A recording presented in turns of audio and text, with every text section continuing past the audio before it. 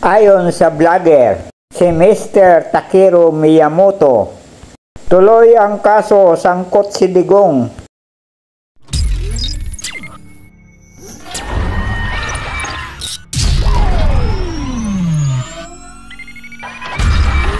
Naniniwala ba kayo na si Digong po ay sangkot sa paramali? Oo, naniniwala ako. Maalala, di ba? Tuwa-tuwa yung mga DDS nito, noong panahon na to. Kasi, ang sabi ng mga DDS noon, buti na lang, di ba?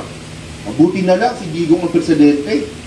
Di ba, ngayong pandemic? Kasi kung hindi si Digong ang naging presidente, malamang nakagulo ng Pilipinas.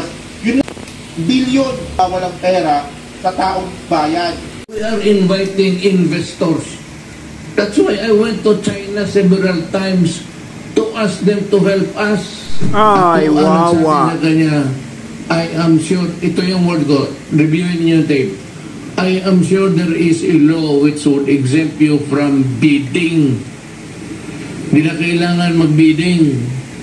Mamadalian to, pandemic eh. Lahat tayo nakatago sa bahay. So, ang minabuti ni Doke, nag-bidding pa rin. Hala, lagot ka, Duque. Kayong dalawa nilaw.